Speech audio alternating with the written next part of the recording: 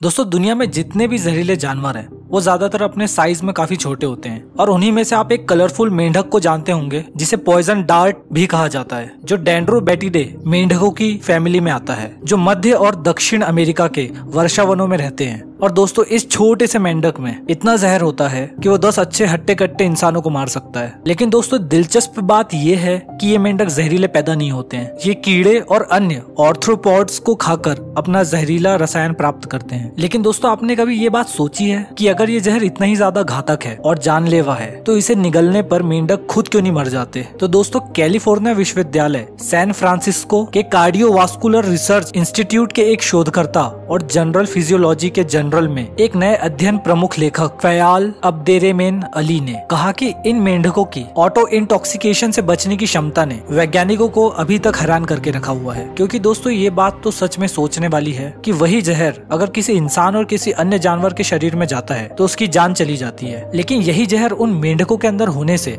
उन्हें इसका कोई फर्क नहीं पड़ता। तो आखिर ऐसा क्यों है? तो दोस्तों इस नए रिसर्च पेपर में शोधकर्ताओं ने फाइलोबेट्स जीनस में उन जहरीले मेंढकों का अध्ययन किया जो बेट्राकोटॉक्सिन नामक जहर को नियोजित करता है, जो शरीर में सबसे महत्वपूर्ण शारीरिक कार्यों में से एक कोशिकाओं के अंदर और बाहर सोडियम आयनों के परिवहन को बाधित करके अपना काम करता है। जब आपका मस्तिष्क शरीर को संकेत भेजता है तो वह उन्हें बिजली के माध्यम से यानी इलेक्ट्रिसिटी के माध्यम से भेजता है और ये संकेत शरीर के कुछ हिस्सों को निर्देश देते हैं और यही संकेत या इंस्ट्रक्शंस शरीर के हिस्सों तक पहुंचाए जाते हैं। फॉर एग्जाम्पल कुछ इंस्ट्रक्शंस होते हैं जो बताते हैं कि आपके हाथों को कैसे काम करना है, कुछ इंस्ट्रक्शंस होते हैं जो बताते हैं कि आपके पैरों को कैसे काम करना है। तो कुल मिला के ये सब इंस्ट्रक्शंस हमारे शरीर को कैसे काम करना है ये बताते हैं, जैसे आपके हृदय को कैसे पंप करना है, और यही इंस्ट्रक्शंस आपके हृदय को पंप करने के लिए कहते हैं। दोस्तों इन इलेक्ट्रिक सिग्नल्स को पॉजिटिव रूप से चार्ज किए गए आयनों जैसे सोडियम के नेगेटिव चार्ज कोशिकाओं में प्रवाह द्वारा संभव बनाया गया है। दोस्तों कोशिकाओं के अंदर और बाहर